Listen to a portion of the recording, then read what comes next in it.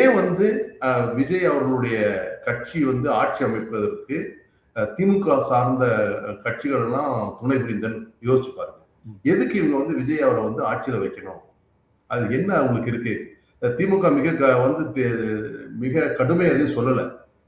விசிகாவுக்கும் மற்ற கட்சிக்காரங்களுக்கு யாரையுமே வந்து திமுக மிகப்பெரிய விமர்சனத்தை வைக்கல. சொல்லும் போது அவங்க என்ன சொன்னாங்க, நம்ம ஜனாதிபதி ஆட்சி வந்துடக்கூடாது, ஜனநாயகம் தலைக்க வேண்டும் அப்படின்னு. இது வந்து ஒரு ஒரு வியூகம். இன்னொரு வியூகம் பாத்தீங்கன்னு வச்சுக்கோங்க. இப்போ உதாரணமா எடுத்துக்கோம்.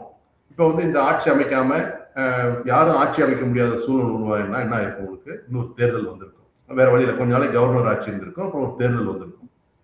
தேர்தல்ல விஜய் மிகப்பெரிய வெற்றி பெறுவார். 150 இடம் வரும் அவருக்கு. ஏன்னா மக்கள் சொன்ன 107, 108 வந்ததுனாலதான் எனக்கு மெஜாரிட்டி வரல, நான் உனக்கு மெஜாரிட்டி தரணும். அப்ப மெஜாரிட்டி வந்துடும் அவருக்கு.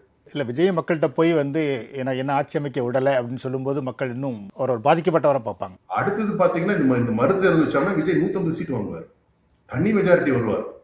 யார் ஒண்ணு 5 வருஷத்துக்கு அவர் அசைக்க முடியாது. அப்ப இந்த எதிர்கட்சிகளோட தந்திரம் என்னவா இருந்திருக்க முடியும்? ஒரு யூகம் தான். என்ன இருக்குன்னா, விஜய் வந்து ஆட்சி அமைக்க விடுவோம், எப்படி இருந்தாலும் இவர் சொன்ன வாக்குறுதிகளை காப்பாற்ற முடியாது. அதை வச்சு அதுவும் திராவிட முன்னேற்ற கழக பேச்சாளர்கள் மிக திறமைசாலிகள்.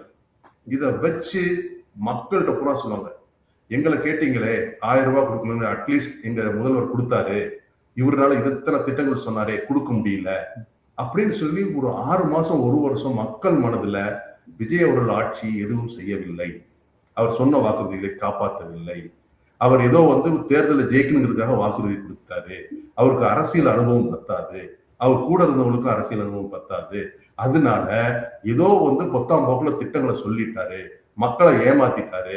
இப்படிப்பட்ட விமர்சனங்கள் அடுத்து 1 வருடங்கள் மிக பலமாக இருக்கும். அப்ப விஜய்க்காக ஓட்டு போட்ட அனைவரும் என்ன நினைப்பாங்க, ஒருவேளை வந்து இந்த திமுக சொல்றது சரியா இருக்குமா, அதிமுக சொன்ன மாதிரி ஒரு நாள் எந்த திட்டத்தையும் நிறைவேற்ற முடியலையே, நம்ம தப்பத்தான் இவருக்கு ஓட்டு போட்டோமா ஒரு எண்ணத்தை மக்கள் மனதில் உருவாக்கிட்டு 1 வருஷம் கழிச்சு ஆட்சியை கலைச்சாங்கன்னு வச்சுக்கோங்க. இந்த ஆதரவு திமுக சம்பந்தப்பட்ட ஆதரவு கட்சிகள்லாம் விஜய்க்கு ஆதரவை எடுத்துறாங்கன்னு வச்சுக்கோங்க.